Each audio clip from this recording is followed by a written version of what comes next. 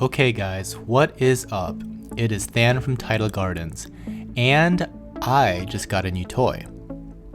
If it isn't abundantly clear already, photography and videography is kind of a thing around here. I'm always looking for new and interesting equipment. Now I shoot mainly with this lens.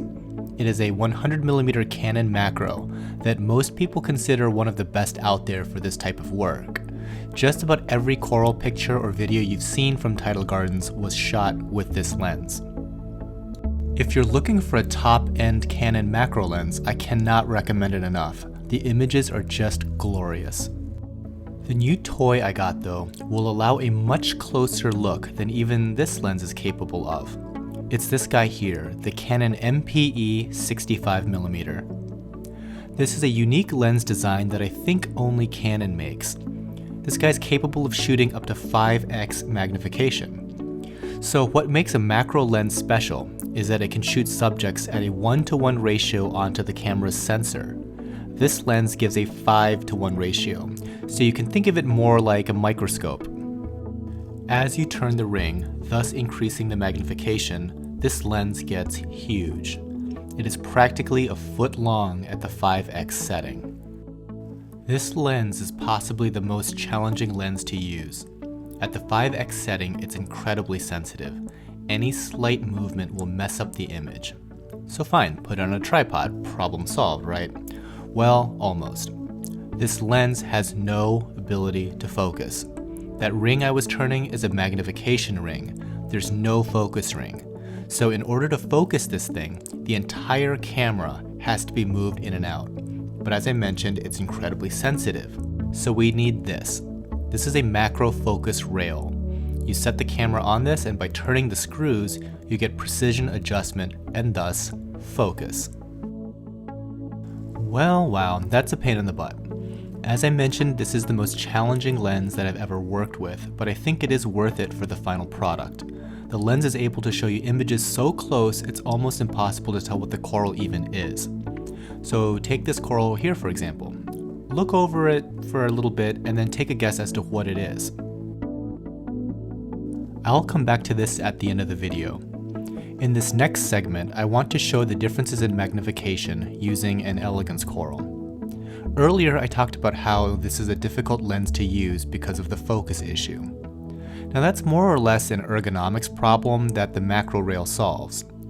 Now there is another issue entirely that is much more difficult to handle, because you just can't change the laws of physics. As you magnify an image, the picture gets darker.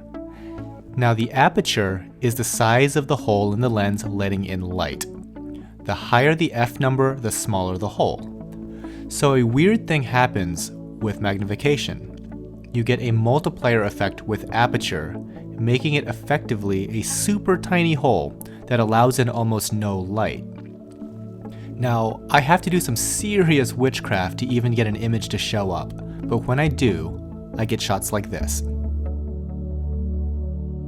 The effective aperture is a whopping 33.6, which is crazy dark. What I enjoy about shooting with this lens is I'm able to see things that I didn't even know were there. The first time I used it, I saw tiny microscopic bugs on the mouth of a mushroom coral. I wonder if sometimes a coral dies mysteriously, does it do so because of these unseen critters? In any case, it's interesting to see some of the details of these corals from a new perspective. These zoanthids, for example, are super tiny. If you can imagine a regular-sized polyp, these are probably 1/6 that size. On our Facebook page, we're starting to post more and more images taken with this lens. Now, occasionally we'll have a fun contest to see if people can figure out which corals the images came from because they all look crazy. If you'd like to join us, check us out on Facebook at facebook.com/titlegardens. Let's do a quick one.